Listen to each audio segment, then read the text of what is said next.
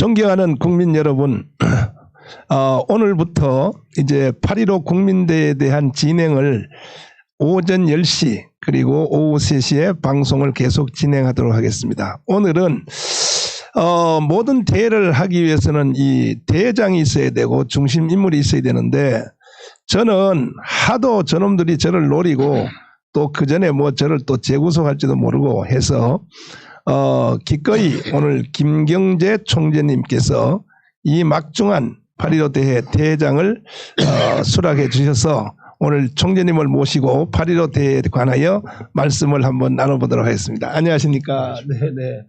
우선 뭐 국민들이 우리 총장님 모르는 사람 하나도 없지만, 그래도 또 이제 한번 젊은 사람들은 또 모를 수가 있으니까 총재님에 대해서 제가 한번 몇 가지 한번 물어보겠습니다. 예. 총재님은 그 옛날 어려운 시대에 서울대학 정치학과 나오셨죠. 예. 이야, 그것도 죄송하지만 촌놈이. 재수 좋아서 들어요.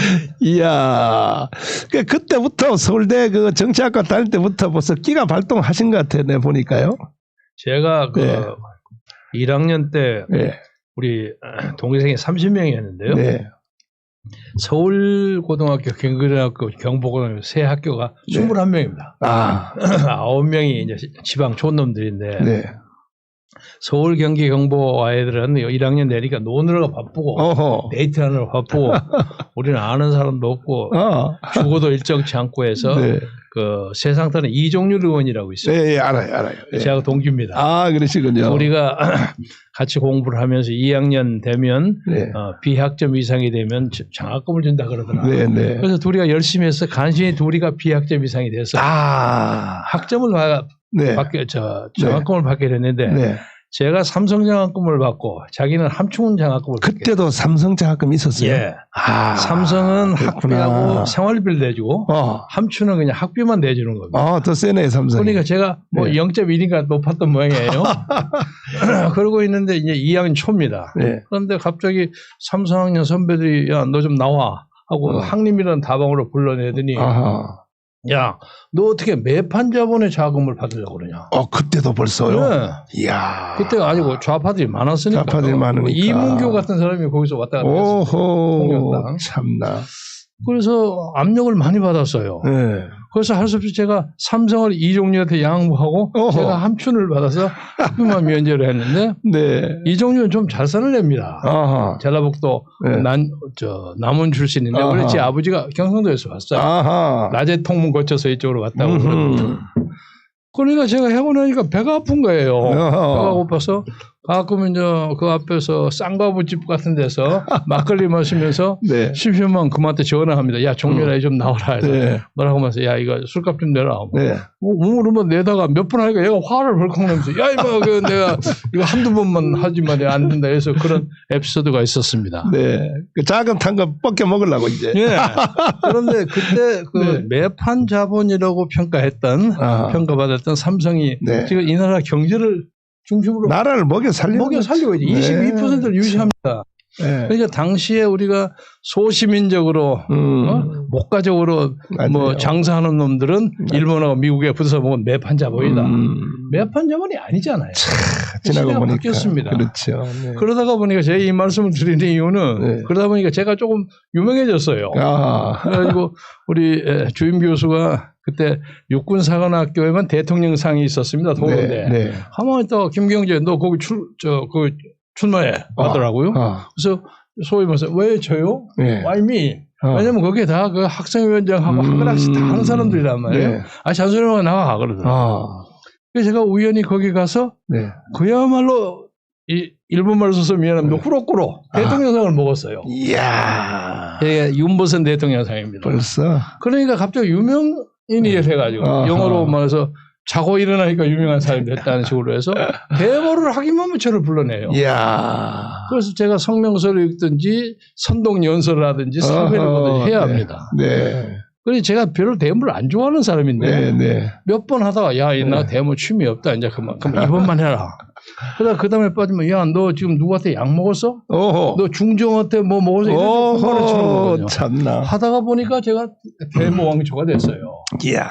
그래서 미국에 끌려가서 16년 동안 돌아오지. 이제 그건 그런데 예. 김대중 대통령한테 어떻게 픽업이 됐어요? 김대중은 당시에 대학 한 3, 4학년 때 네. 지금 전두환 대통령 민정당 당수 비서실장을 했던 이영일 전 의원이라고 있습니다.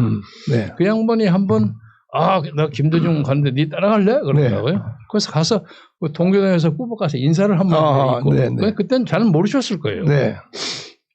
그 후에 삼성기업 반대 운동 때 제가 사상계 편집부장을 하다가 장준하 선생이 지금 이제 글 가지고 문제 해결할 때가 아니다. 행동해야 된다.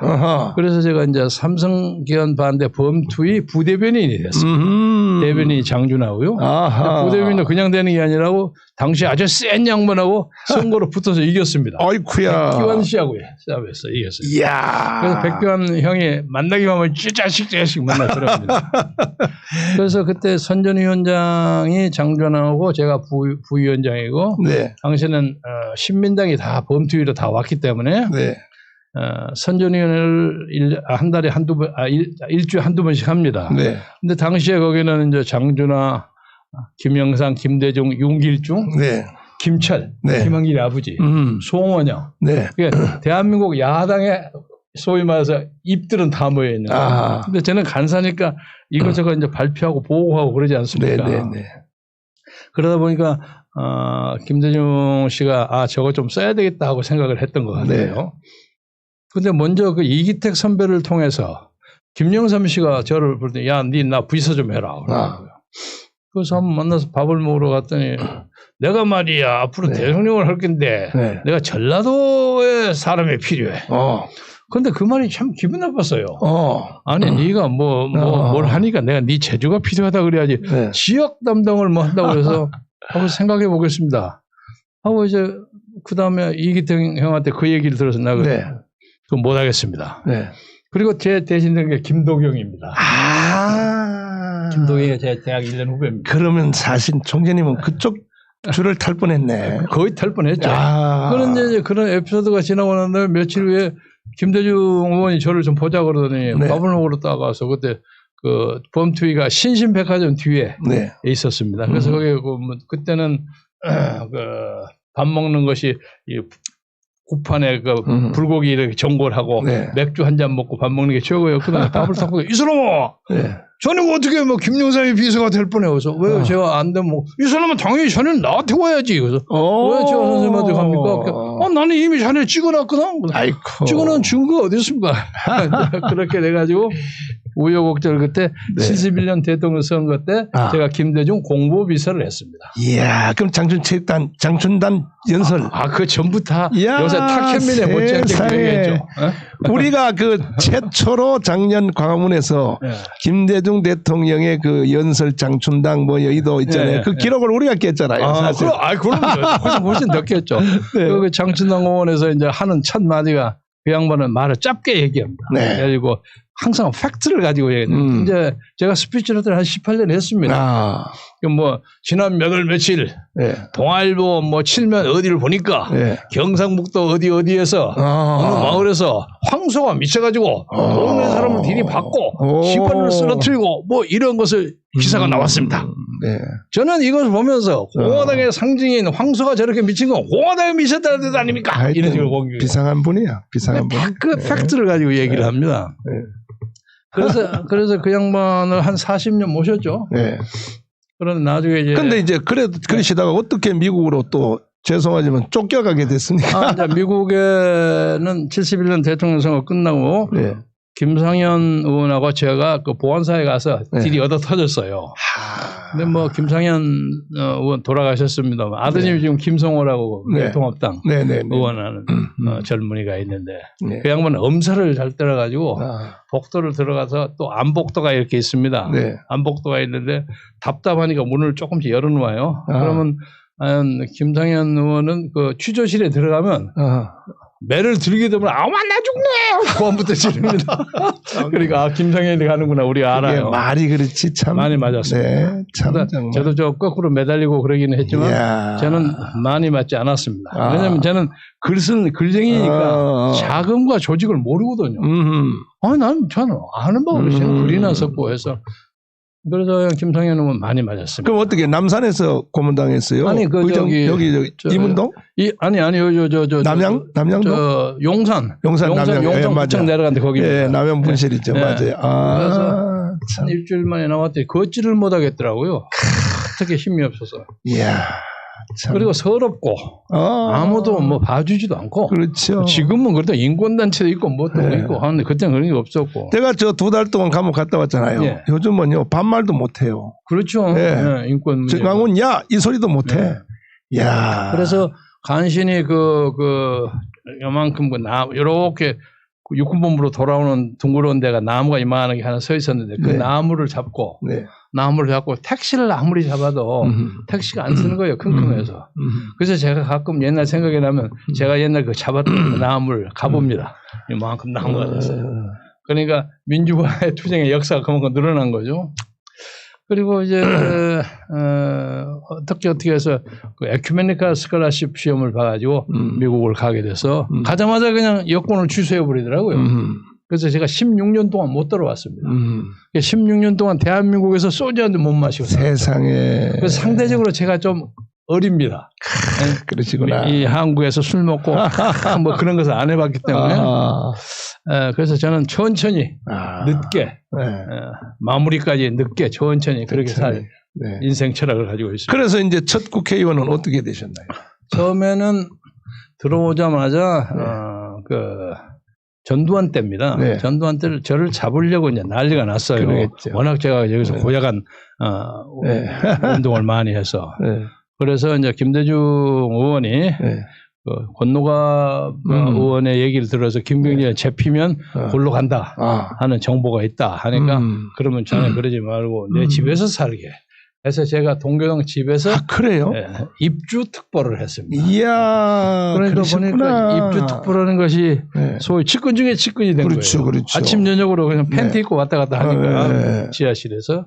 이야. 그런데 그때 김대중 의원이 이제 평화민주당을 만들지 않았습니까? 그렇죠. 근데 아주 수가 적고 이게 안 돼요. 이 YS한테 개임이 안 돼요. 그래서 제가 공천을 다 정하지를 못해서 뭐 절대로 강서 갑구를 가라 그러더라고요. 까치 터널이 있는데 이유는 뭐냐면 호남 사람이 좀 살고 우리 처가가 거기 삽니다. 그러시구나. 그래서 뭐 하여 고맙습니다 하고 제가 거기를 사양하고 강남 갑을 서초 갑을 내구회가 입후보 신청사가 한 사람도 없어요. 거기는 안 되니까. 그러니까 예를 들면 대충 목사님도 아시겠지만 선거를 하면 한 4명 정도는 국회의원 출마를 할 만한 사람들이고 나머지 대여섯 명은 시의원, 도의원도 못할 사람들이 하거든요. 그런데 요것 말고 처음 내는 말고 이 6명 중에 하나가 없어요. 그래서 제가 그중에 강남 갑구를 선택해가지고 나머지 강남 울구, 서초 갑구를 내 친구 후배들을 채워서 거기서 47,000표의 김대중 표를 땄어요. 또 많이 땄네요. 많이 땄죠. 그 당시는. 그래서 김대중의 11번 배수회진을 치는데 제가 상당히 공헌을 한 사람입니다. 그러니까 사람들이 아니 이용하면 서초 을구를 가지 그건 좀 나왔습니다. 근데 강남은 호남표가 10% 이하예요. 그러니까 한 7,000표 정도 나오는 데입니다. 근데 제가 17,600표를 땄어요. 많이 땄어요. 처음에 한 2시간은 제가 그때 무슨 약간의 뭐 글쟁이로서 소문이 나서 그런지 처음에 부재자 투표를 하는데 막 1등이 되더라고요. 난리가 났는데 조금 뜨다가 나중에 3등으로 떨어졌습니다.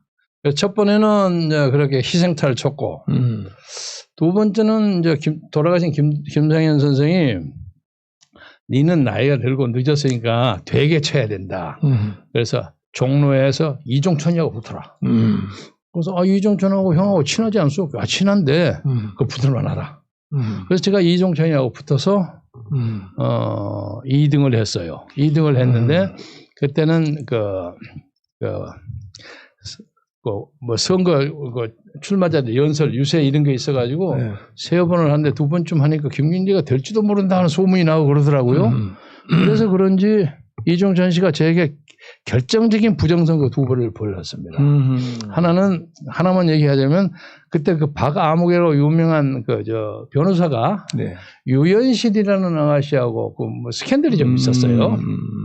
근데 그 박 변호사하고 저하고 조갑대랑 같이 제가 방송 출연을 했단 말이에요. 그때부터 조갑대. 네, MBC 진단을 일주일에 1시간씩 했습니다. 네.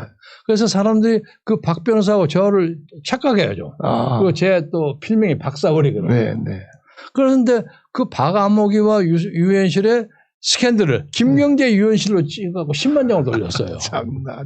그래서 판결에는 한 4단 기사 나오고 해가지고 그건 뭐 뒤집으면 분명히 뒤집어지는 건데 네. 어느 날 갑자기 DJ가 저를 부르더니 이게 이제 중요한 대목입니다. 어이 지금 내가 문제가 많이 있네. 그래서 무슨 문제예요? 그 이종찬이가 우리 당으로 들어와 버리겠다 그러네? 아니, 선생님. 제가 선거, 진행할 텐데 지금 동부하고 있는데 그걸 받아들이면 어떡합니까? 그러게 말이야. 참. 그래서 곤란한데 어쩌고 하다는데 이종찬 씨 부인과 권노건문의 부인이 경기여고 동기동창입니다. 아이고, 그렇구나. 네? 그래서 그 양반이 들어왔기 때문에 제가 부장선거 신청을 할 수가 없게 됐어요. 그래서 제가 김대중 씨하고 매별하고 미국으로 돌아갔어요. 정치 안 합니다. 세상에. 그래갖고 한 몇 달 있었는데 이제 김대중 씨가 좀 미안했던 모양이에요. 네. 저한테 전화를 6, 7번 해갖고 이 사람아 거기서 뭘 하고 있어? 불러가지고 제가 마지막에 마지못해서 그래도 미련 때문에 돌아와서 제 고향 순천으로 갔는데 선거운동은 하나도 할 수 없고 돈은 그때 제가 한 2, 3천만 원 입고 있었는데 90.8%를 받았어요. 최다 득표였어요. 대단하네. 15대 선거에서 최다 득표했습니다. 그거는 정치가 아니라 종교적 선회. 네. 종교적 선회. 이북도 그렇게 나오기 어려울 겁니다. 근데 저는 몰랐죠. 89.8%를 받은 정동영이 지가 1등이라고 난리였어. 그런 줄 알았는데 나중에 보니까 제가 1등을 했더라고요. 그래서 거기서 2번 했습니다. 2번 하고 북한에 심부름을 보내서 갔다 와서 아니 그 이제 그 전에 그래서 이제 김대중 대통령을 이제 모셔봤잖아요. 모시면서 지금 우리나라 국민들도 그렇고 저도 그렇고 김대중 대통령에 대하여 가장 궁금한 것이 뭐냐.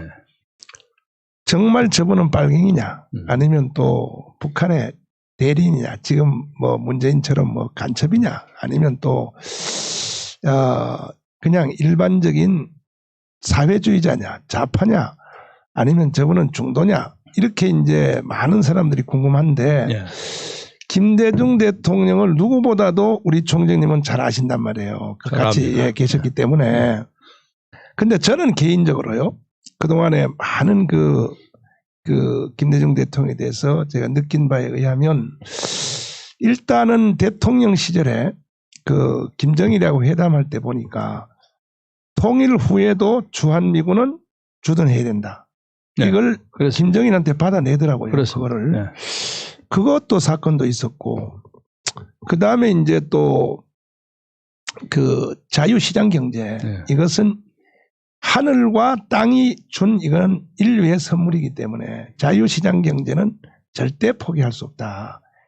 이런 말들을 쭉 느끼면서 난 저분이 저 빨갱이인 줄 알았는데 저게 아니구나 하는 느낌을 좀 받았는데 그럼에도 불구하고 이제 대북 송금 사건이라든지 북한에 돈을 막 완전 갖다 주려고 하는 그런 시도를 보면 저분의 종착역은 어딘가. 그럴 때 제가 이제 현재까지 정돈되어 있는 것은 김대중 대통령이야말로 그 해방 그분은 뭐 오래 전에 사람이니까 그 해방 전후에 그때의 그 중도 좌파 있잖아요. 예를 들면 뭐 김규식이라든지 뭐 여운형이에요. 뭐 이런 사람 정도가 아니겠나 하는 생각이 드는 것은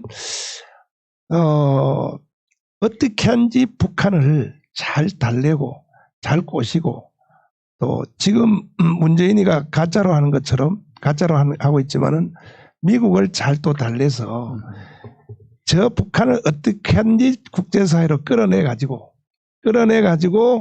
북한을 변화시켜야겠다 하는 것으로 생각하지 않았느냐. 저는 그렇게 이제 생각을 하는데, 근데 자유우파 국민들 중에는 저같이 이렇게 생각하는 사람이 그렇게 많지 않아요. 많지 않고 무조건 저 새끼 빨갱이다 이거야. 저건 간첩이다 이거야. 이제 이런 사람이 많은데, 섬겨보신 분으로서 정확히 아시니까 뭐 어떻게 느껴지십니까? 네. 제가 말씀드린 것이 꼭 100% 정확하다고 얘기할 수는 없지만 목사님이 말씀하신 대로입니다. 아, 그래요? 그러니까 우선 그 양반은 공산주의에 대한 연구와 이론을 천착할 만한 그 기간이 자기 청년 시절에 없었습니다. 없었습니다. 그러니까 목상을 나오고 목포상업을 나오고 일본인 선박회사에 근무했습니다. 그러니까 선박회사에 근무하고 그때 어지간한 사람은 다 일본 하면 만주로 가고 싶어 했거든. 만주 건국대. 아니 그럼 요 지점 또 한 가지 물어보고 지나가자면 이번에 백선엽 장군님 이제 돌아가셨는데 그 동작동 국립묘지 거기 모신다니까 제일 반대하고 나선 사람이 그 김홍걸 그 국회의원 된 그분이 친일파기 때문에 안 된다 그러는데 금방 들은 말에 의하면 김대중 대통령이야말로 일본 선박회사에 근무하셨으면 아니 더 친일파네요 사실은. 네. 그 당시에 일제시대에 살던 사람들은 독립운동을 하기 위해서 한국을 떠났거나 아니면 속된 말로 무지랭이 농민이거나 하는 사람이 아니고는 일본 체제에 순응하지 않을 수가 없었어요. 그렇죠. 태어났는데. 그리고 대부분은 기독교도 맞아요. 다 신사참배하고 그러지 않았습니까? 90%. 그렇죠. 90% 많은 사람도 있죠. 그런데 그걸 하고 있다가 그래도 보호하면 만주 건국대학을 가고 싶고 이런 그 향학열은 불타고 머리는 아주 비상한 물이에요. 그런데 해방이 되고 나니까 그 일본 선조가 도망가 버렸어요. 그래서 이제 천박에서 그 청산위원회를 만들었어요. 한 120, 30명을 만들어가지고 자기가 이리 해가 그 위원장을 하게 된 거예요. 그리고 당시 해방 직후에 헌병대 목포 파견대 대장으로 예춘호 소위가 왔습니다. 재밌죠? 그죠. 해군이고 헌병들은 박성호 장군이라고 그 다음에 자기 경호실장 했던 분. 알아요. 박소희입니다. 이 양반이 왔고 당시에 목포 경찰서 정복 과장이 정동채 의원의 아버지입니다. 그래서 이제 그 셋이가 어울려 가지고 해방 후에 목포에서 이제 그 선박회사 청산위원장이 됐으니까 약간 돈이 좀 있거든요. 그래서 저녁마다 신라의 달밤 노래 부르면서 목포에서 이제 지냈어요. 그런데 그 과정에서 그 양반이 오해를 받을 수 있는 하나가 신민회 회원을 했어요. 신민회라는 것이 여운형의 그 인공인가 거기에 가맹 단체 중에 하나예요. 결국은 그 남로당하고도 그렇습니다. 그래서 한 번은 그러기 전에 해방이 되기 전에 갑자기 목포 시내에 아주 근사한 빛가만짝한 신여성이 하나 나타났어요. 아주 멋쟁이 여성이 나와서 저게 누구냐 하니까 자기 친구 동생이에요. 그래서 그 친구를 설득하고 야, 너 네 아버지한테 좀 인사 좀 하러 가야겠다고 하여간 설득을 하고 그 아버지한테 갔는데 그 아버지가 한민당 목포시 땅 부위원장입니다. 그러니까 상당히 부르주아죠. 그래서 그 양반이 와서 그 자네 민물은 헌칠하고 그러는데 그 신민이에요. 그런데도 끼가지고 해서 어떻게 내가 저 사유가 되려고 그러는 거. 죄송합니다. 제가 안 하겠습니다. 그래서 당장 그걸 빠졌어요. 그래서 그쪽 계통에서는 아마 일시적으로만 좀 배신자의 얘기를 들었으리라고 생각합니다. 결국은 나중에 그 남로당이 일루됐다 그래서 좀 고난도 당했잖아요. 고난을 당했지만 나중에 또 그다음에 또 반대로 또 이제 우익 쪽에 속했다 그래가지고 나중에 또 이쪽에서 또 고난당하고. 그러니까 6.25 때는요 아무것도 안 하고 쌀장수만 했습니다. 어머니가 모친 장여사라고 그 목포 앞에 장산도라는데 큰 그 섬이 있는데 그 장씨가 아주 호족입니다. 그러니까 장제식 장관 집 여자입니다. 장영식 그 한전 사장했던 그 집안인데 그 어머니가 조선조 말에 물상객주 이런 걸 잘하셨던 거예요. 그래서 쌀장수를 했는데 예를 들면 목포에서 쌀을 한 가마에 10,000원에 사가지고 밤에 이제 배를 타고 부산으로 가면 이게 10만 원, 15만 원. 그게 엄청난 부자가 돼서 6.25 때 아주 부자가 돼가지고 흰 옷으로 양복을 빼고 흰 구두 쓰고 빗가마트하고 부산에서 재고 다녔어요. 이야. 그때 이희호 여사를 만났어요. 그러셨구나. 이희호 여사가 전시연합대학 학생으로 밀려가지고 천막당사에서 공부한다고 하고 있다는데 누가 소개를 했어요. 소개를 해가지고 그때 유부남인데 유부남인데 이희호 여사하고 밥도 먹고. 그러면 저 부산은 피난 갔어요? 누가요? 김대중. 아니, 김대중은 배 타고 왔다 갔다 했다니까. 배 타고 6.25 때? 네, 6.25 때. 그러니까 쌀장수 했습니다. 빨갱이가 못 잡지, 그럼. 네, 그러니까 못 잡고 해상방위대 대장을 예춘을 시켜 자기가 부대장. 그랬습니다. 그리고 우익에 협조하고. 그거 가서 이제 폼 잡고 술 먹고 돈 있고 하다가 이호 여사한테 약간의 경제금도 주고 그랬겠죠. 네. 그래서 제가 슬슬 장난삼아 물었어요. 그때부터 이호 여사 좋아했습니까? 아이고, 좋아하긴 뭘 좋아. 근데 나 용두산하고 데이트는 한 번 했네. 그러더라고요. 용두산에 올라가서 걷고 어쩌고 그랬던 모양이에요. 그래서 상처를 하고 난 다음에 이호 여사하고 재혼을 한 것은 그때는 그런 인간적인 관계가 있었습니다. 그러셨구나. 네. 그리고 이렇게 이제 보면은 이제 대충 김대중 대통령의 사상의 그 스펙트럼이 어떻게 형성됐다는 것이 거의 그림이 그렸습니다. 네, 그래서 하나만 더 붙이고 싶으면 그렇게 해갖고 망명 동안에 망명 동안에 돈이 워낙 없다 보니까 그렇죠. 일본에 우리 한민통 일본 미국 본부는 굉장한 우익인데 일본 본부는 우익하고 좌익이 섞여 있어요. 맞아. 우익이 있습니다. 조활중 같은 와세대 대학 나온 사람이 있고 좌익은 곽동희, 배상원가 이런 사람들이 좀 좌파예요. 그런데 좌파가 돈이 더 많아. 그래서 저도 일본에 가면 항상 조활준 형 집에 가서 자요. 가죽 장사하는 분인데 그래서 거기서 조금의 지원을 받다 보니까 조청룡 좌파에서는 벗어난 사람들이지만은 그리고 아직도 대한민국 태극기를 걸고 있는 분들이에요. 민단 쪽에서 좌파들이니까 그래서 연계가 좀 있을 수 있었으리라고 생각합니다. 그래서 나중에 막 결정적으로 한 것은 대통령 되고 난 다음에 평화상 받고 싶어서 서둘렀습니다. 서둘다 보니까 저는 그때까지는 김대중 선생의 어떤 정치적인 영용 문제에 대해서 제가 상당히 거의 대부분을 공동으로 책임을 느껴야 하는 대목인데 돈을 주는 대목에서만큼은 반대한 거예요. 이거 안 된다. 이거 제가 가보니까 선생님 이거 부메랑을 당합니다. 하지 마세요. 그리고 그때가 임기 2년 차거든요. 아직 3년이 남아있으니까 내년에 하셔도 되고 하니까 서두지 마십시오. 근데 돈을 안 주면 저것들이 안 하려고 하니까 그러다가 보니까 서둘다 보니까 결국 그 보낸 돈이 북한에 핵무기를 했는데 결정적인 파이널 펀드가 된 거죠. 마중물이 돼가지고 두고두고 좀 비판을 당하고 있는데 그건 안타까우고 참 애통한 일입니다. 그래서 그 후에도 제가 여기 와서 그 4억 5천만 불 헌금한 것에 대해서 박지원이한테 해명해라고 제가 성명서를 냈더니 박지원이가 저한테 고발을 했어요. 그래서 한 2년여 재판을 했는데 제가 이겼습니다. 이거 그러시군요. 이겨가지고 저는 뭐 그 사람한테 돈 받을 거 없고 법정 비용 잘 기억하고 있어 428만 5,622원 제가 받아냈습니다. 제 계좌에 딱 박지원 이름으로 돈이 왔더라고요. 참. 그래서 그 점은 아쉽지만 결과적으로는 북한 문제에 대해서 책임을 면할 수 없게 됐지만 그 양반이 자기의 명예심, 공명심에다가 그리고 김정일을 믿고 싶어 했던 거예요. 근데 김정일이가 이분 100번 그렇게 얘기했죠. 선생님 절대 그거 안 합니다.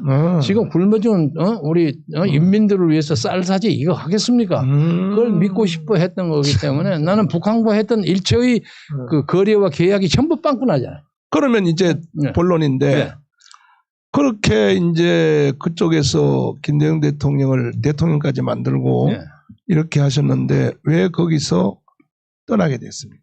제가요? 그러니까 제가 청와대 가서 보고를 하면서 단독 보고를 하면서 선생님 절대 돈 주면 안 됩니다. 현찰 주면 안 된다. 현찰 주면 안 돼요. 그리고 그래서 제가 이제 햇볕 정책 소위 4개론이라는 걸 붙였습니다. 지금 체크앤밸런스 조금씩 하지 관계를 딱 끊지 않고 저한테 지금 결정적으로 막 입만 벌리면 돈 얘기를 하는데 저한테도 여러 가지 구경을 많이 시켰어요. 김대중의 밀사니까 얼마나 대접을 많이 했겠습니까? 그리고 아주 거창한 인민 가수가 저를 접촉하고 참냐. 그래서 사고 안 나게 천만다행이네. 저는 수행원 두 사람을 포함해서 우리는 여기서 사고 나면 우리는 죽는다. 혹시 북한에 그 아들 하나 둔 거 아니에요? 그러니까 하는 얘기가 인민 가수가 저를 접대했다는 거예요. 인민 가수가 얼마나 높은지 아세요? 대단하네. 그래서 대단해. 제 수행원 둘이가 있었거든요. 네. 니들은 실수하면 니들 죽는다. 네. 어? 아침 저녁으로 체크를 했는데 그 후에 그 북한에 가서 좀 잡힌 사람들 소문에 잡혔다고 생각하는 사람들은 여러 시간 사람들이 많이 그런 것 같아요. 그 신문사 사장 이런 박지원이가 인솔해 간 사람들.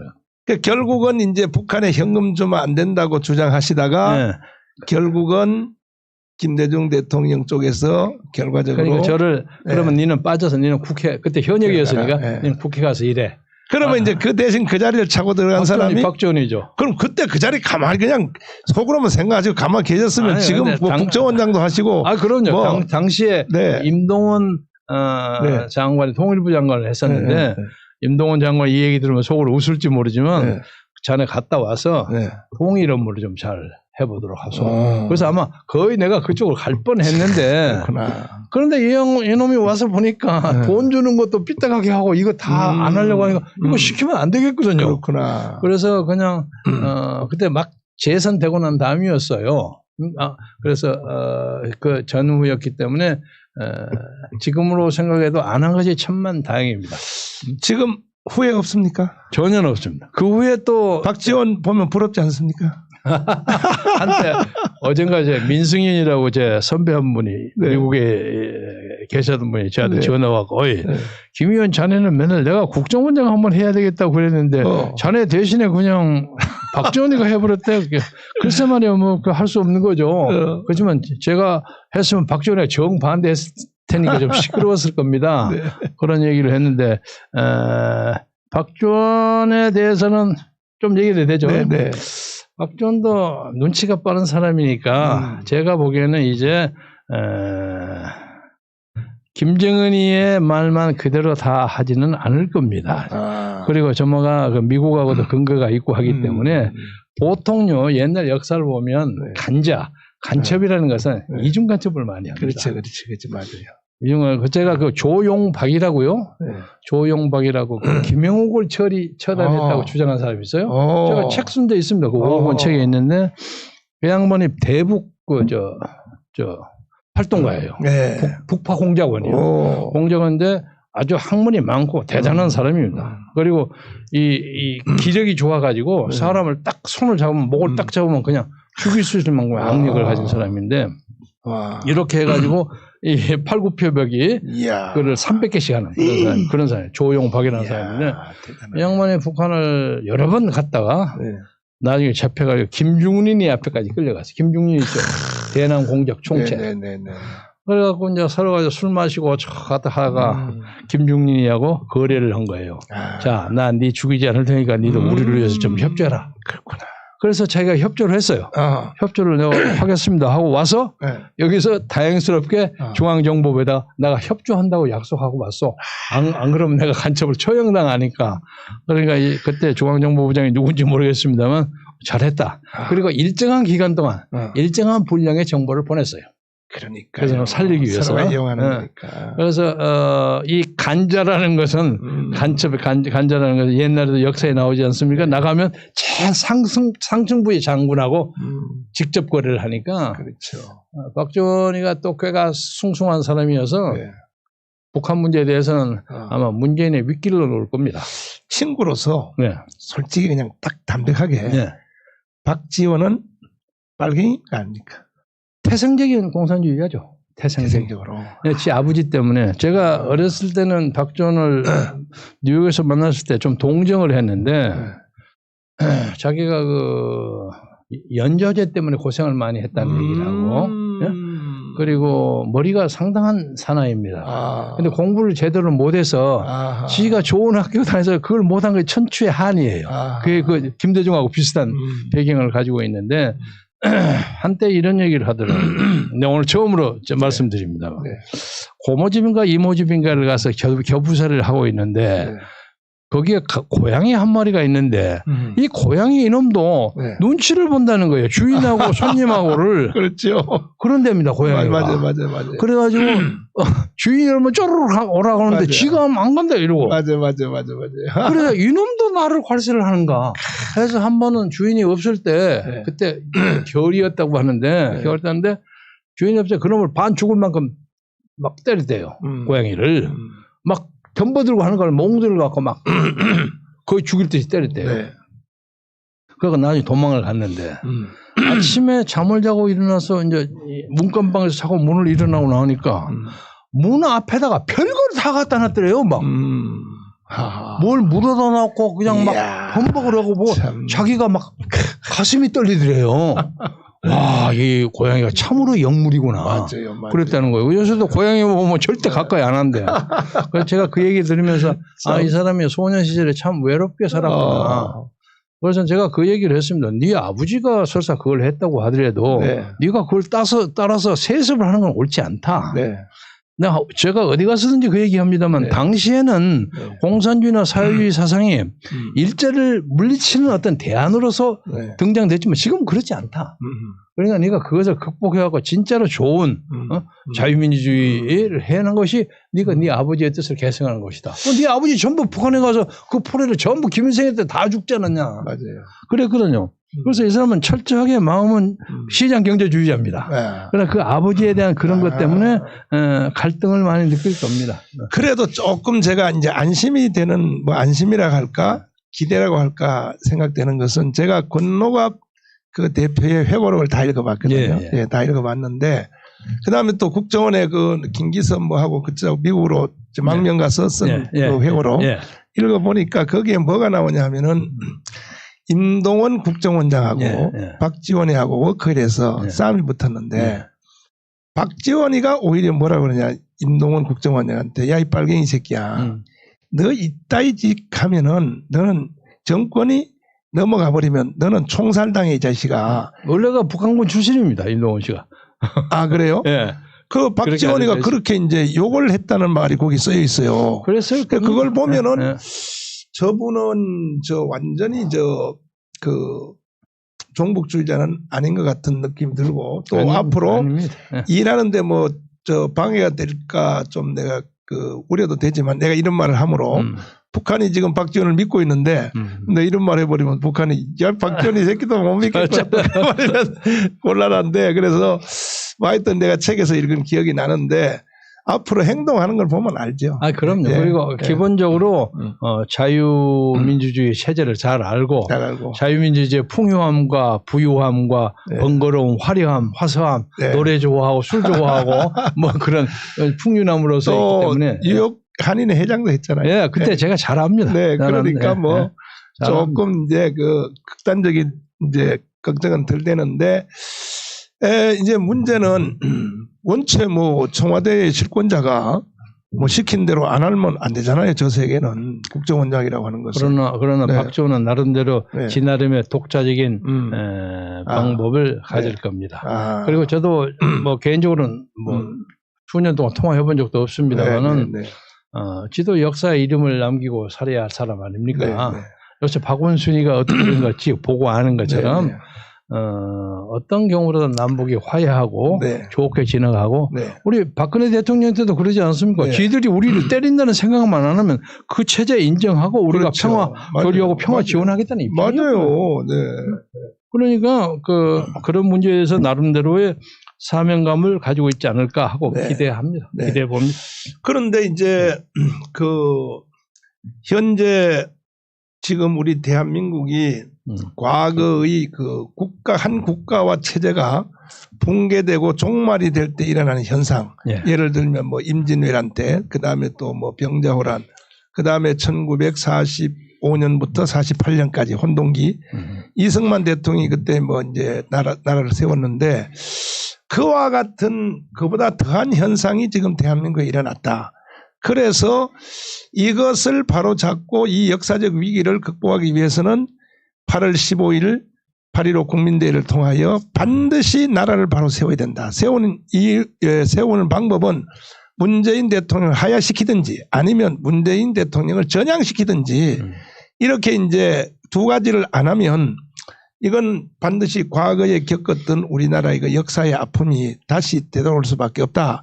이렇게 해서 8.15 국민대회를 다 국민들이 원하고 제가 감옥 갔다 두 달 있다 나오니까 얼마나 저한테 욕을 하는지요. 자유 우파 사람들이 뭐냐면 정광훈 너 깜빵만 갔다 오면 다냐. 우리가 1년 동안 강화문 나가줬는데 뭐하고 앉았어 도대체가 나라 안 살리고. 그래서 그 어떻게 하니까 빨리 저 강화문 그 8.15 대회를 통해서 최소한 1,000만 명 모이자. 1,000만 명 모이자. 그건 내가 그게 가능하냐 그랬더니 선거하는 것을 제가 감옥에서 보니까 사실 내가 낙심했거든요. 선거 뭐 국회의원 숫자를 보고. 근데 나와서 내용을 보니까 아니 그 전체적인 표 차이는요 거의 별로 안 났죠. 별로 없더라고요. 같더라고요. 거기다가 또 요즘 근래 와서 저 뭐 박원순이 자살하고 또 계속 또 이제 저 문재인이가 악수를 뜨니까 또 볼턴 회고록도 나오고 하니까 이제 그때에 저쪽을 찍었던 그 청년 세대들인지 젊은 사람들도 많이 빠졌습니다. 예, 지금 어제보다 44.1%입니다. 그렇죠. 예. 이제 정신을 레드크로스라는 게 있죠. 그렇죠. 예. 그렇게 됐습니다. 정신을 차린 것 같고 그렇다면은 8.15 대회를 통해서 국가를 바로 세워야겠다 하는데 과연 여기 누가 이거 8.15 대회를 이끌고 대회장을 할 수 있느냐 하는데 다들 총재님을 총재님을 이 정신적인 지도자는 이제 네. 정광훈 목사라는 분이 안 계시면 이건 저 논의가 불가능한 건데 네. 이제 8.15 문제에 대해서 목사님 말씀하셨으니까 네.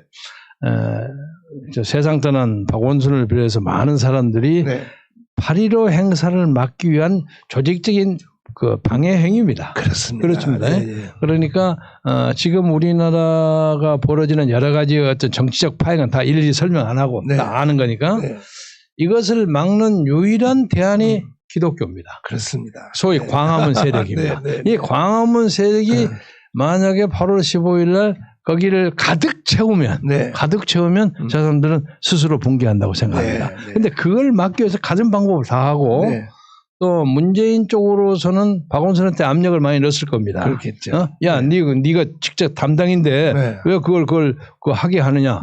그리고 니도 가서 이건 불법이라고 얘기해라. 저도 이제 고발당해서 가서 조사를 받고 그랬습니다만 그래서 자기가 그 옆에 가서 막 뭐라고 떠들고 난리를 쳤는데 박원순 얘기를 잠깐 하자면 참 불쌍한 사람이에요. 그러니까 이 사람이 지금 가지고 있는 그 여러 가지의 준비 상황. 무슨 뭐 참여연대 뭐 아름다운 가게 신협 그리고 서울시의 그 수많은 그 산하기관 이런 것으로서는 지금은 나타나 있지는 않았지만은 막상 더불어민주당 경선을 붙으면 저는 적어도 1등은 아주 가까운 2등은 하리라고 생각합니다. 그러니까요. 무서운 세력을 가지고 있습니다. 맞아요. 그래서 제가 어디 가서 지난번에도 아까 박원순 내가 지지하지는 않지만 그 거물 아니냐 이랬더니 보수파들이 되게 미워요. 왜 그놈 그거 올렸냐. 근데 그건 팩트는 사실이에요. 무서운 사람입니다. 거의 사회주의로 다 만들어놨어요. 완전히 만들어놓고 또 특히 제가 그 예를 하나 든 것은 며칠 전에 밤에 누가 배를 넣어서 누구요 하니까 통장입니다 하고 여자가 나와요. 그래서 우리 아파트에 여자가 통장인 걸 아는데 제가 보지를 못했어요. 문을 여니까 젊은 40대 젊은 뭐 한 50대 초반에 여자가 뭘 하나 딱 내밀어 이거 뭐요? 그러니까 박원순 시장님이 주신 선물입니다. 그게 뭔데요? 마스크를 5개 든 걸 하나 줘요. 근데 거기는 서울특별시라고 써 있는데 주는 사람 이름은 박원순 시장이 줬다. 천재. 그러니까 지금 대충 제가 그 보좌진을 통해서 방금 확인해 봤더니 지금 서울의 가구가 400만 개가 넘는 가구입니다. 427인가 되면 정확하게 이제 가지고 있습니다만 400만 개 가구에다가 5장씩을 보면 7,500원을 하면 이거 돈이 300억이 넘습니다. 300 몇십원. 그러니까 박원순은 자기 이름으로 시의 돈을 가지고 300 몇십원 선거운동하는 거예요. 천재. 무서운 사람입니다. 그러니까 저쪽에서는 아, 이거 가만 놔두면 안 되겠구나 생각했으라고 봐요. 그래서 저는 맨 처음에 사건이 빵 벌어져서 공개적으로는 얘기 안 했으면 이게 무슨 공작이구나. 박원순을 제거하는 공작이구나 이렇게 생각을 했는데 지금 보니까 그러지는 않는 것 같아요. 약간 그런 것도 있어요. 아직은 좀 있는데 그 여자가 제가 어떻게 하면 여자가 그 여자분이 뭐 보아하니까 인물은 반반한 사람으로 짐작이 되죠. 추정이 되는데 아니 무슨 뭐 사진 하나 찍는 거 야, 네 S라인 좋다? 이 정도를 4년이나 근무한 비서가 그걸 가지고 성추행이라고 얘기할 수는 없단 말이에요. 누가 뒤에서 공작이 본인도 모른다고요. 그 여자분도 모른다고. 두 가지가 누구의 있죠. 손에 자기가 움직이는지도 공작일 수도 있고 또 그 정도의 발표보다 더 많은 것이 또 있을 수 있죠. 맞아요. 당연히 있죠. 근데 지금 입으로 얘기를 안 하는 거죠. 그런데 박원순은 또 보니까 부부관계도 좀 썩 좋지 않게 돼 있죠. 요새 별거 한다고 그러는데 이 사람이 어떤 의미에서 이 여자에게 상당히 집착을 했던 것 같아요. 그런데 문제는 그 여성분 한 분뿐이 아니고 여러 명이 있다는 거예요. 그런데 그중에 대표 이 사람이 10번이나 옮겨달라고 그랬대요. 10번. 그러니까 적어도 이 여자분은 누군지 모르지만 박원순을 상사로서뿐만 아니라 그 남자로서 안 좋아했던 거야. 옮겨달라고 했는데 안 옮겨줬어요. 그리고 지금 대행을 하는 시장 대행한다는 그 전 비서실장 그 사람이 뽑지 않았습니까? 스카우트를 했는데 뭐 홍준표 의원은 채용사라는 단어를 썼지만 그건 좀 지나친 단어지만 하여간 사람을 뽑아가지고 여러 가지 적당하니까 스카우트를 했는데 이 여자는 거기에 있기 싫은 거예요. 그렇지. 그래서 싫다가 간신히 옮겼는데 누군가 그때 공작할 수도 있는 거죠. 아직 냄새는 있는데 아무튼 그 과정에서 자기가 발표되는 것 정도만 했다면 자기가 목숨까지 잃을 필요는 없고 그렇죠. 사표만 내도 되는 거 아닙니까? 맞아요. 누가 그렇죠. 뭐 오거돈 씨에 비하면 그거 아무것도 아닌데 그렇지. 안희정에 비하면 좀 몇 분의 1도 안 되는 건데 그래서 이 사람이 이렇게 하는 데는 뭔가 더한 것이 있는 모양이다. 참 정치를 하기 위해서 애를 많이 썼지만은 개인적으로 참 고독했었구나. 그런 가련함 그런 것이 생기더라고요. 그러나 그 사람이 잘못했죠. 그걸 옹호한다는 건 절대 아니지만은 아직도 그런 냄새가 조금은 있어요.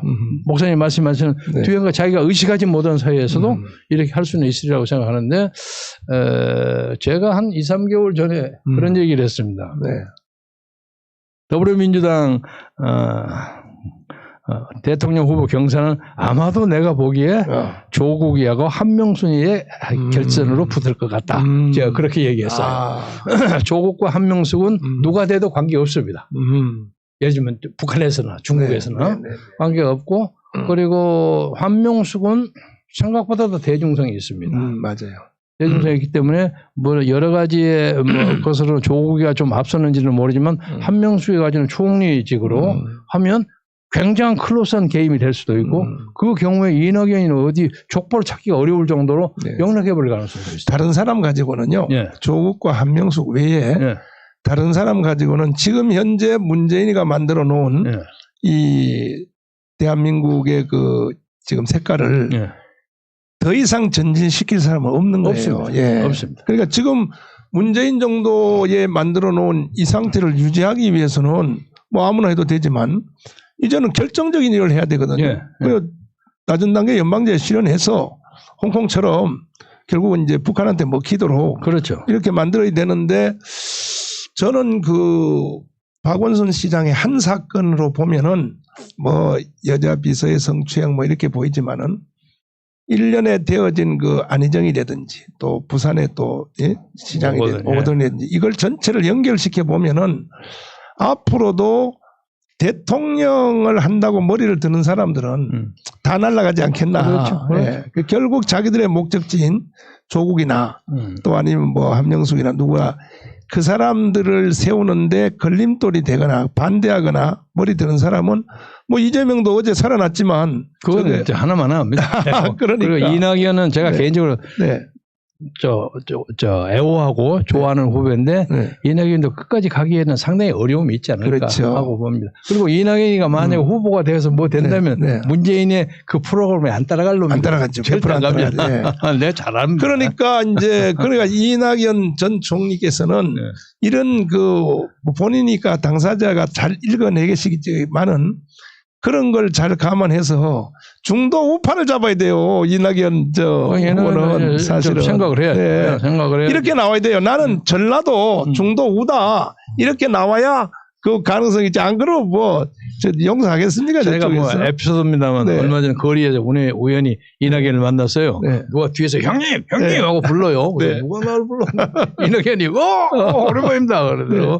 그래서 악수를 하고 바로 그 옆에 김혜영 최고위원이 있더라고요. 그래서 내가 김혜영이를 악수를 해서 내가 자네 참 좋아하네. 네. 고맙습니다. 그러더라고요. 네. 바른 말을 하는 친구예요. 그래서 이낙연을 김혜영이가 지지하는구나. 그러니까 지금 더불어민주당에 남아있는 옛날에 민주당 중도 우파의 그렇죠. 찌그러기 결국은 다 없어졌는데 좀 남아있어요. 그래서 이낙연이가 앞으로 어떤 입장을 취할지는 주목할 만하고요. 당 대표 되겠어요? 얼마 있으면 현재로서는 되리라고 생각합니다. 당 대표만 되면. 네, 근데 김부겸이가 만만치 않거든요. 당 대표만 되면 문재인하고 맞짱 떠도 되니까. 그렇죠. 그때부터 그렇죠. 또 역대 대통령 된 사람들은 전임 대통령을 일단 뭉개야 따라가서는 안 되잖아요. 노태우 대 전두환이 박탐사 보냈잖아. 할 수 없는 거니까. 네, 그건 그쪽 동네니까 이제 알아서 놔두고. 그런데 이제 문제는 정치 지도자가 누가 되든지 그것보다가 더 중요한 게 이제 국민들이 어느 시대도 보면요, 결과적으로 국민들이 사실은 이게 멍청해가지고 국가의 위기가 오는 거 아닙니까? 국민들이 그렇습니다. 멍청하면 멍청한 지도자를 세우게 돼 있고, 가히 국민들을 향하여 멍청하다고 할 수 있는 사람은 저밖에 없습니다. 저는 선지자이기 때문에. 저는 선지자니까 다른 사람이 얘기하면 뺨 맞아. 혼나죠. 그거 맞아 죽죠. 난 선지자니까 맞아 죽든 말든 국민들에 대해서 쓴소리 할 건 해야 되고 하는데, 과거에 우리나라 역사만 봐도 그렇잖아요. 자, 보면은 임진왜란 때 보면은 반드시 일본이 한테 먹힌다고 경고를 선지자가 그때 없었던 건 아니거든요. 있죠. 예를 들어 유성룡이라든지 이순신이라든지 선지자가 있었단 말이에요. 그런데 선지자의 말을 안 듣는 거예요, 국민들이.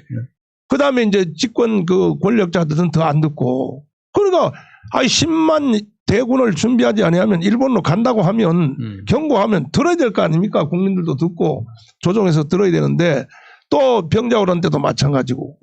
그 인조가 안 듣잖아요, 이게. 그때도 경고한 사람이 있거든요. 반드시 망합니다, 나라는. 그 다음에 이제 우리가 해방 후에도 그때는 78%가 남노당으로 국민들이 다 기울어졌는데도 그때는 정말 천하의 이승만이가 나타나서. 없으면 오늘 없죠. 물론이죠. 눈물로 국민들에게 호소했더니 최초로 국민들이 한 번 들은 적이 이승만 때입니다. 이승만. 그래서 대한민국이 탄생된 거 아닙니까? 이렇게 해서 만들어 왔는데, 건국 후에 70년 만에 박헌영 이후에 최고의 박헌영의 그 경지를 따라간 사람이 저는 박원순이라고 생각합니다. 그렇습니다.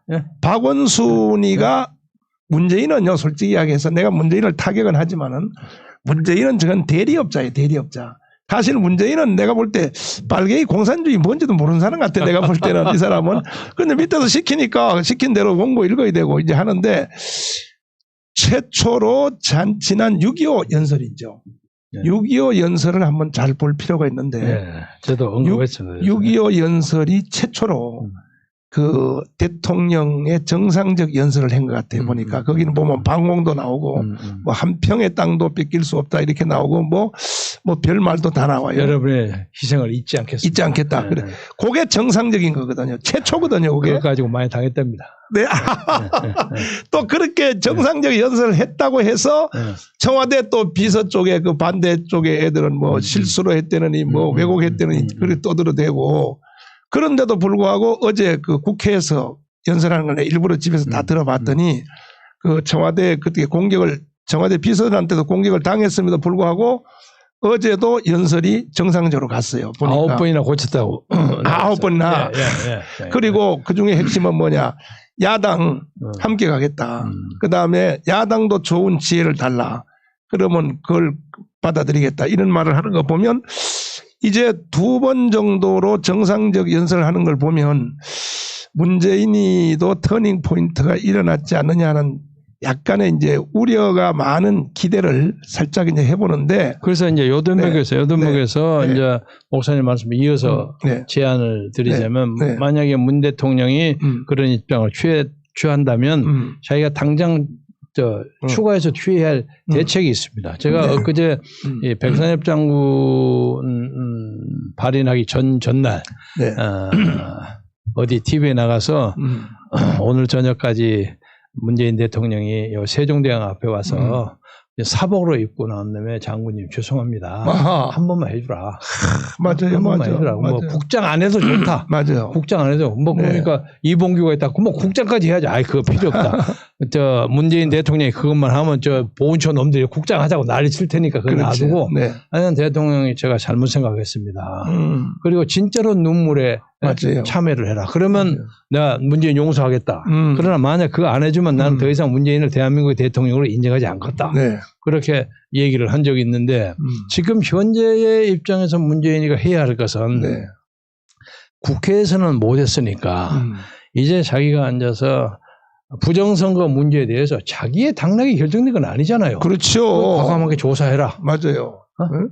김명수한테 그렇죠. 윤석열한테 지시하는 거예요. 네. 아니 김학의가 어디 가서 무슨 저 건설업자하고 술 먹고 딴따라했다고 그거 조사해라고 몇 년 걸 그거까지 주장하는 사람이 왜 이 얘기를 안 합니까? 그렇죠. 당연히 해야죠. 네. 당연히 하고 이 뭐 선거 문제 그리고 문재인 뉴딜이라는 것이요 120조 풀어가지고 190만 명의 일자리를 창출했다는 것이 허무맹랑한 것입니다. 저거 완전 사기예요. 사기입니다. 네, 사기. 그러니까 120조 끌어가 지 마음대로 쓰는 거예요.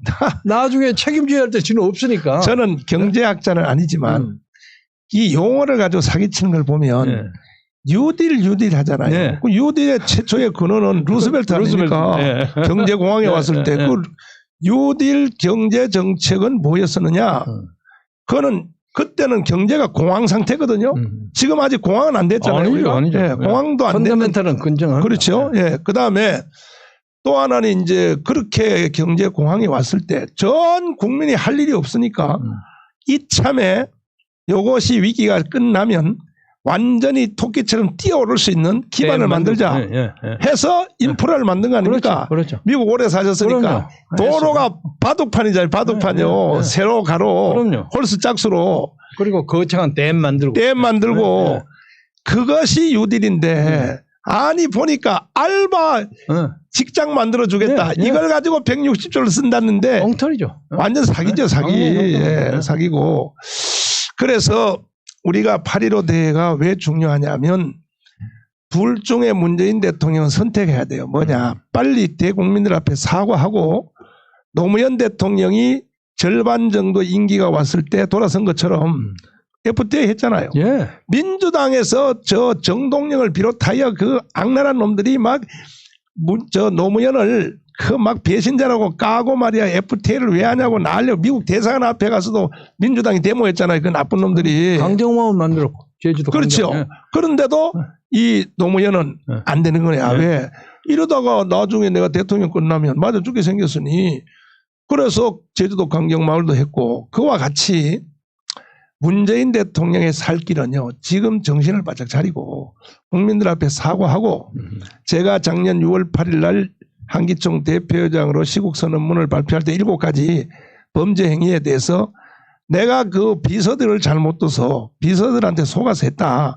이렇게 사과를 하고 나머지 정치는 정상적으로 하겠다라고 하든지 아니면 하야하든지 이제 둘 중에 선택이 8.15까지 선택을 해야 된다고 보거든요. 그러기 위해서 우리 국민들은 어떻게 해야 되느냐. 8.15 때 1,000만 명이 나와야 돼요. 누구를 위해서가 아니라 본인을 위해서 나와서 문재인 대통령의 2가지에 대해서 하야하십시오. 아니면 사과하십시오. 이 2가지를 하지 아니하면 이 나라는 최소한 저는요. 광주 사태 더 나아가서 6.25 같은 이런 희생을 왜 그러냐면요. 아무리 저 문재인이가 뭐 저 밑에 사람들한테 포섭돼서 극단적 행동 이제 뭐 박지원 박아놓고 뭐 임종석이 박아놓고 이인영이 다 박아놔서 이제 마지막 작업하려고 그러는데 뭐냐 낮은 단계 연방제 이제 한번 하려고 그러는데 또 국회의원들은 이미 벌써 멍석을 깔았어요. 173명이 서명했거든요. 예, 주한미군 철수를 전제한 종전협정에 이 국민들한테 사기친 거거든요. 그 국회에서도 이미 알아서 기고 앉았고 그러니까 마지막 이제 그 작업을 하려고 시도를 한다면 자유우파 국민들 이번에도 선거 보니까 5대5인데 사실은 선거 안 한 사람도 있죠. 투표를 해서 저 30%를 내가 여론조사를 좀 해보니까 그날 선거 안 한 사람 있잖아요. 70% 외에 안 한 사람들은요. 80%가 우파예요. 안 입고 와서 안 하는 거야. 근데 그 사람들이 만약에 다 나오면요.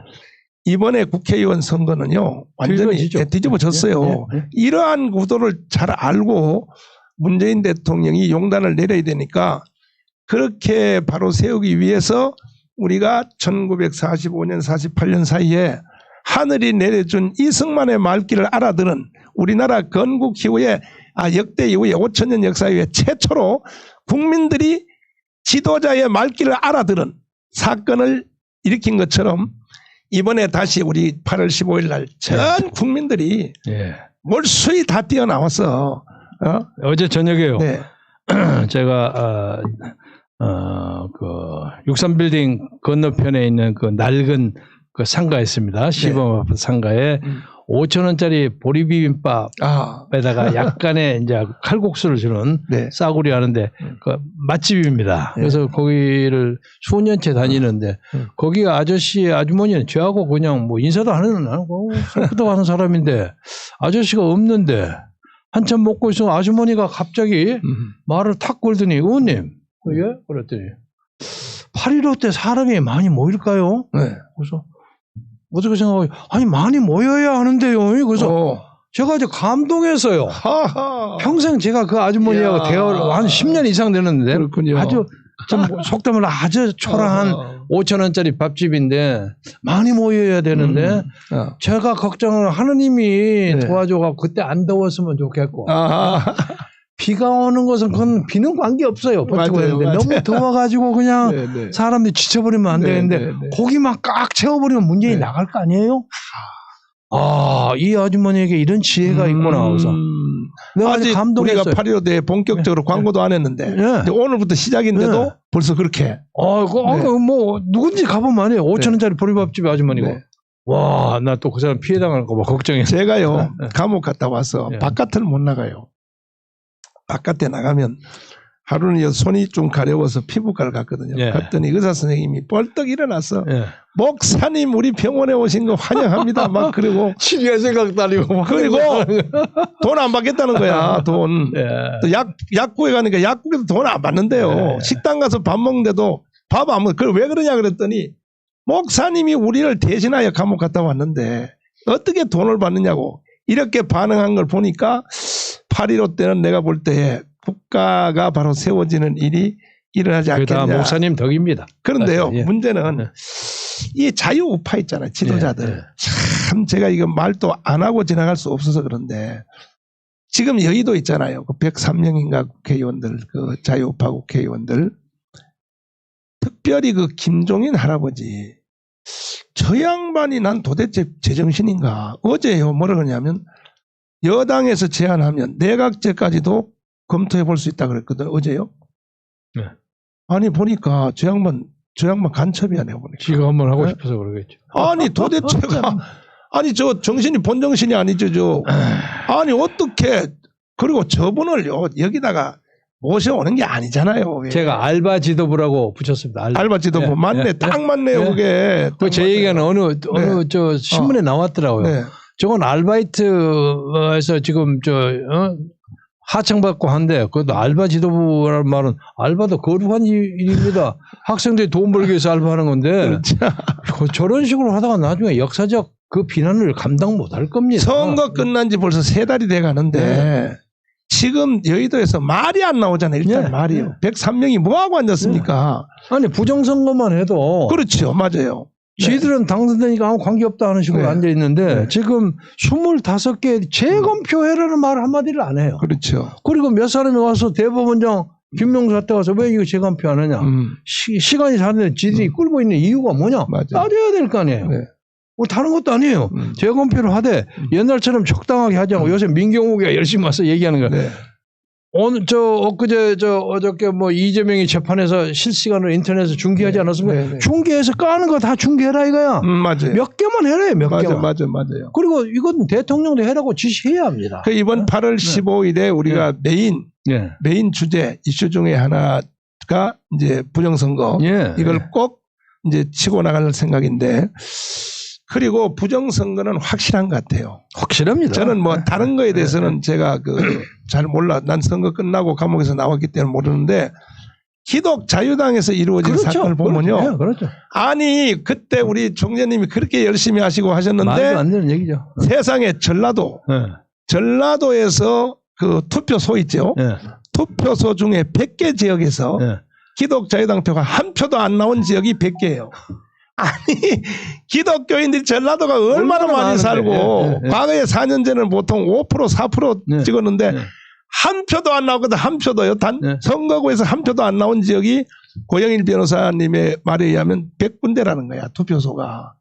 이거는요. 저거는 근데 저 사람들도 잘 해나가다가 기가 막히게 속여 먹었는데 사전투표 그걸 가지고 조작도 잘했는데 전라도에서 기독자유당 표가 100개 지역에서 한 표도 안 나오게 한 것은 할 말이 없죠. 실수야 실수. 저놈들이 아니 예를 들어서 한 100표 정도 나오게 했어야 또 잘 떼우고 넘어갈 텐데 저놈들 또 실수를 했고 그래서 목사님 아시는지 모르겠지만 아마 4월 15일 선거하고 난 다음에 3일을 4월 18일 사랑의 교회에 가서 제가 최초로 63대 36을 공개하면서 이거 부정선거라는 걸 처음으로 발표했습니다. 제가 들었습니다. 그때 그것은 제가 민주당에 있는 제 속된 말로 제가 옛날 부하들 있잖아요. 걔들이 저한테 얘기를 해가지고 형님 요 말은 어디 가서든지 걸리지 않으니까 요것만 딱 얘기하셔. 다른 거 얘기해요. 서울, 경기, 인천에 63대 36. 요것만 얘기하면 뭐 틀림없습니다. 네 확실하냐? 야 내가 죽으려고 그거 하겠습니까? 저는 듣고 난 다음에 한 얘기예요. 근데 아무 말도 변명 못 하잖아요. 그렇구나. 그러니까 저쪽에도 그 민주주의를 위해서 애쓰는 사람들이 있습니다. 했는데 지금 이제 홍준표는 또 김 빼려고 나는 뭐 부정 안 한다. 아니 대구는 못 하는 거 아닙니까? 이런 그럼 왜 지가 그따구 소리를 합니까? 저는요 우파 지도자들을 많이 가까이서 이제 도와도 줘봤고 이렇게 뭐 지도 아닌 또 지도도 해봤고 선지자로서의 이제 또 충고도 해봤는데 우파 지도자들의 한계점이 뭐냐면요 잘 나가다가 결정적인 판단에서 완전히 김문수까지도 마찬가지고 내가 보면 황교안 뭐 박근혜 뭐 이명박 그 차원을 넘어가지를 못해요. 못 넘어요. 그 국제정세 천운을 몰라요. 그러게 말이에요. 그 결정적 순간에 가서 홍준표도 말하는 걸 보니까 가만히 있으면 될 것이고. 가만히 있으면 되는데 지금 뭐하러 그 얘기를 합니까? 그러게 말이에요. 그리고 쉽게 하면 니는 들어오기를 바라는 정부의 방침이 있으니까 그런 거 아니냐고 얘기할 수도 있는 거예요. 거기는 할 필요가 없어요. 그러니까요. 그리고 시골에도요 몇 군데는 조작한 데가 있습니다. 양산 어디하고 제가 몇 개 알고 있습니다. 그런데 그건 있는데 전반적으로 서울, 경기, 인천만 해도 여기에서 잘 걸려서 이익 보면 좋고 안 되면 말고 하다 보니까 너무 많이 됐어. 뭐야 이거 너무 많이 된대? 그래서 모두 쓰는 거예요. 맞아. 그 요새 아무 소리 안 하니까 양정철이가 뭐 괜찮은 모양이다 슬슬 나오려고 그러잖아요. 그러니까요. 그러냐 이런 모든 문제가 이 나라 야당 의원 그리고 보수를 자유민주주의를 하려고 하는 사람들이 단 10,000원 내는 걸 아까워하면서 그냥 말만 떠드는 사람. 그러니까요. 저는 이번에도 이게 문제입니다. 그 8.15 대회를 하는데 왜 자유우파 이 국민들이 총재님을 추대를 하려고 왜 난리냐면요. 다른 사람들은요. 안 나오려고 그래요. 자유우파 국회의원도 그렇고 전직 국회의원도 그렇고 아직도 광화문에 나오기를. 그러니까 저런 사람들이 무슨 놈은 뭐 지도자를 되겠다 떠들고 난리고 말이야. 그 다음에 또 우리 총재님은 왜 8.15 대회에 이 대회장이 딱 적합하냐면 저쪽 동네 있어 봤잖아요. 저쪽 동네. 잘 알죠. 네. 그다음에 또 출신이 호남이잖아요. 네. 그러니까 호남에서 건전한 이 대한민국 주의자, 대한민국의 헌법은 반드시 지켜져야 된다. 대한민국은 이 체제와 전쟁에서 우리는 북한한테 이겼다. 이렇게 나올 사람이 없기 때문에 우리 총재님이 지금 제 얘기는 과분한 것이고요. 옛날 목사님 목고 치를 때 제가 한 몇 주 동안 의장 그렇죠. 대행을 했다는 명예가 있기 때문에 그 덕에 제가 이제 훈정받는지 받는데 실수 없이 열심히 노력하겠고요. 하여간 여기서 광화문을 중심으로 해서 청와대까지 동대문까지 남대문 서대문 해갖고 여기를 꽉 아주 실질적으로 얘기해서 한 300만 내지 350만만 채우면 문재인은 보따리 사고 내려온다고 봅니다. 아니요. 1150만 명 다 나와야 돼요. 이번에 정상적 투표를 한 사람들 1150만 명은 한 번만 나와달라. 한 번만 다 나오고 그다음에 선거 후에 후회한 사람들 저쪽을 찍은 걸 후회하는 사람들 많거든요. 이제 지금 그분들도 다 나와서 일단 나라부터 세워놓고 그럼요. 정상으로 세워놓고 싸움은 그다음에 하고 그렇죠. 국가가 있어야 무슨 개인도 있고 가정도 있고 교회도 있지. 국가가 없는데 교회가 어디 있습니까? 그래서 이번 8월 15일은 또 하나님이 마침 또 그야말로 남동당의 박헌영 이후에 실제 밑바닥에서 가장 깊이 들어간 박원순을 하나님이 불러가니까 저는 박원순의 죽음에 대해서 생각을 많이 해봤는데 저분이 왜 저기 걸려가지고 하나님이 전부 다 하나님 허락 없이는 안 되거든요. 왜 뽑아갔을까 보니까 이 대한민국을 세울 때 헌법이 만들어지는 과정 모든 것을 보면 이승만 대통령이요 11월 달에 그 기자회견한 내용이 아주 의미 있어요. 나는 우리 조국 대한민국을 성경 위에다 세울 것이며 대한민국 헌법을 나는 성경으로 만들 것이다. 그러니까 조갑재 선생님이 말씀하신 대로 대한민국의 헌법은 성경의 요약이라는 거예요. 대한민국의 헌법. 그러니까 이렇게 우리가 체제를 만들어 놨는데 그런데 이걸 깨고 지금 다시 북한 체제로 가겠다고 한다면 이거는 하나님하고 대결하는 것이니까 반드시 그 사람은 박살난다. 저 조갑재 선생님 근사한 말했네요. 오늘 제가 장기표 선생 아시죠? 알죠. 잘 알죠. 오늘 아침에 조선일보의 최보식 칼럼에 아주 재미있는 얘기를 했더라고요. 박원순에 대해서 장기표가 한 얘기예요. 한때 자기가 도망치다가 박원순 집에서 한 2달 동안 숨겨져서 거기도 있었답니다. 참. 그런데 이제 마당에 잔디가 깔린 동교동 로타리 근처에 있는데 박원순은 변호사 일로 돈을 많이 벌고 그가 서울시장까지 하면서 빚을 7억이나 남겼다는 뉴스를 보고 대체 어떻게 살았길래 이해가 안 된다. 장기표는 민주화 보상금 등을 모두 거절했고 평생 소박하게 살았던 장 선생을 이렇게 평했다. 인용입니다. 죽음은 살아온 인생의 초홍하다. 그렇죠. 어떻게 죽었느냐를 보면 어떻게 살아왔는지를 알 수 있다. 잘 죽으려면 옳게 살아야 하는 것이다. 개인적으로는 안 됐으나 강조해서 대단히 안 됐으나 공적으로 보면 박원순의 삶은 위선적이고 파렴치했다. 그가 맑은 사람이었으면 결코 이런 결말이 나올 수 없다. 그리고 빚을 7억을 남겼다 그러는데 그걸 누가 믿습니까? 누가 믿나고요? 제가 어디서 그 얘기했습니다마는 월간조선의 몇 년 전 기사입니다. 박원순이가 참여연대하고 아름다운 가게를 만들면서 10년 동안요 928억 몇천만 원을 거뒀어요. 900명.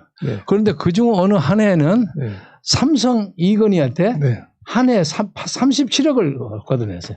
콩알 생각 많이 깜찍가지고 했는데 맞아요. 이 다음은 이제 확인할 수 없는 얘기지만 그때 관계했던 어떤 사람이 이러더라고요. 70억을 냈는데 영수증을 4억을 써주더래요. 근데 이건 제가 그 사람 확인해야 되니까 그러더라고요. 그러니까 그 양반의 현실과 표현과 실상은 많이 차이가 있다. 그래서 많은 사람들이 재주를 많이 부리다가 원숭이도 나무에 떨어질 때가 있구나. 이렇게 되는 건데, 개인적으로는 참으로 불쌍합니다만, 그것이, 저는 목사님이 계시니까 저는 될 수 있으면 비종교적인, 정치적인 얘기를 하려고 애를 씁니다만은, 박원순의 죽음이 이 역사에 던지는 의미가 있습니다. 맞습니다. 우리 장기표 얘기 참 그럴듯하잖아요. 그래서 이번 8.15에 정말 하나님의 좋은 날씨와 완전 뜨거운 자결하는 8월의 더위라고 할지라도 여기를 가득 우리 한국 민족이 채우면 앞에는 머리가 허연 아주 그 큰 고릴라 같은 잔나비 띠시죠. 네, 그렇습니다. 그래가지고 지켜가지고 이 나라를 끌어가면 먼 훗날 우리 역사가 지금 이걸 참 눈에 보이게 잘 정리하고 그런 날이 올 것입니다. 존경하는 국민 여러분, 8월 15일 날은 대한민국이 새로 제2의 건국이 이루어지는 날입니다. 그래서 개인, 가정, 교회, 직장 모든 단체별로 지금부터 준비를 철저히 해주시고 8월 15일 날 하루 여러분들이 희생해 주시면 대한민국은 영원한 영광이 나타날 것이고 만약에 우리가 관심 없이 지나면 두고 보십시오. 저 사람들은 낮은 단계 연방제, 극약 처방으로 가는 것은 뻔합니다. 그러면 자유우파 국민들이 또 그때 가서는 또 가만 안 있거든요. 그때 가서 대내전이 붙어버리면 광주 사태 지나서 조금 더 지나면은 6.25 같은 희생이 일어나기 때문에 그렇다고 해서 대한민국이 없어지지는 않아요. 왜냐하면은 미국과 일본이 대한민국을 포기 안 하죠.